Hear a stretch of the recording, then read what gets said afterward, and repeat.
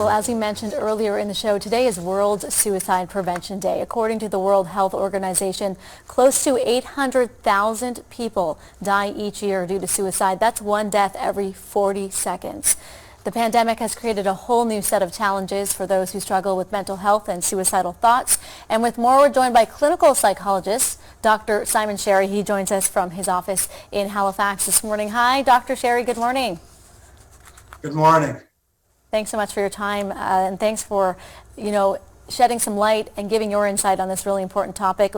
Suicide happens all the time, but we have this one day where we can really promote education around this. I know you're doing a lot of your own research in what you do. So why does a global pandemic, just break it down for us, why does a global pandemic increase the risk of suicide? What we've seen so far is extremely concerning. In Canada, for example, about 2% of people in a typical year may be contemplating death by suicide. Our more recent estimates suggest a 4 to 5-fold increase in levels of suicidal thinking here in Canada, such that about 10% of Canadians are now considering death by suicide. Right now we're living through a period where a lot of risks for suicide behavior are high. This would include financial difficulties, unemployment, depression, anxiety, stress, and the misuse of substances. It's a very vulnerable time for many Canadians. For sure. And now you're on the front lines of this as a clinical psychologist. I know we can't get into any specific cases due to privacy, but can you tell us, even anecdotally, if you are seeing yourself more people coming in to your office, patients with suicidal thoughts or suicidal attempts? I think that my practice very much reflects the numbers that I shared with you.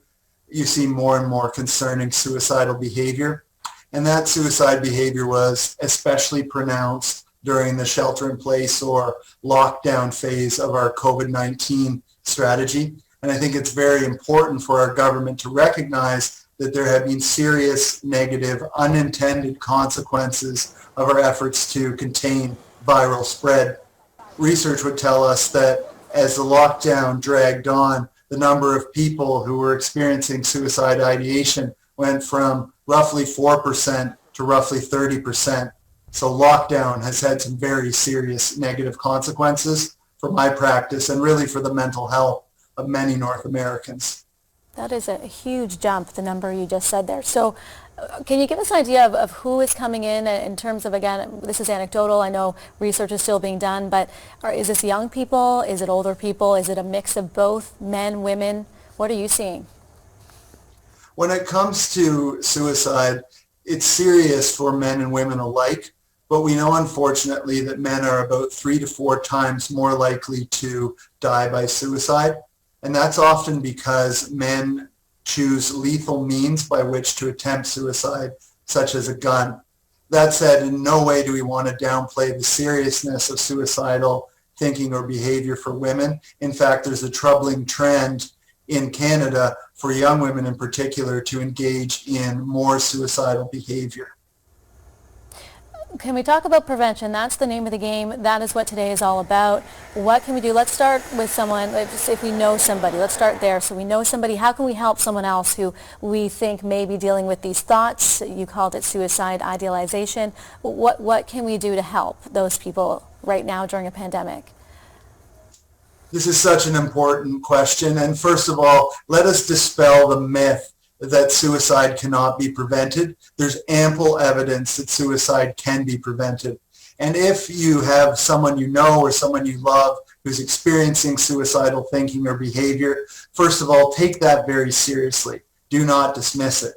Offer that person your care and your concern, and do what you can to get them to help in the form of a family doctor, a psychologist, a psychiatrist, or some other professional or authority. Secondly, here in Nova Scotia, we've got one person who dies by suicide roughly 72 hours. And so this is a chronic problem in our province. We have about 140 people who die by suicide every year. In comparison, right now, we've lost 65 people to COVID-19. What our province needs and sorely lacks is a well-coordinated suicide prevention strategy. We need a real strategy backed by funds and timelines that deliver on results we know can reduce suicide in our province by at least 25%. We've seen that in other provinces such as Quebec. When you start to connect people to the care we already know can reduce suicidal thinking, there are medications and therapies that reduce suicide behaviors, then we can absolutely start to lower our suicide rate in this province. We also need to think big picture and to start to put into place things that reduce people's access to the ways in which they die by suicide. This can be positive gun control laws, bridge barriers, thinking about how we dispense medication differently, or providing more support to people at suicide hotspots in our province, like certain bridges where unfortunately we know people are likely to die by suicide.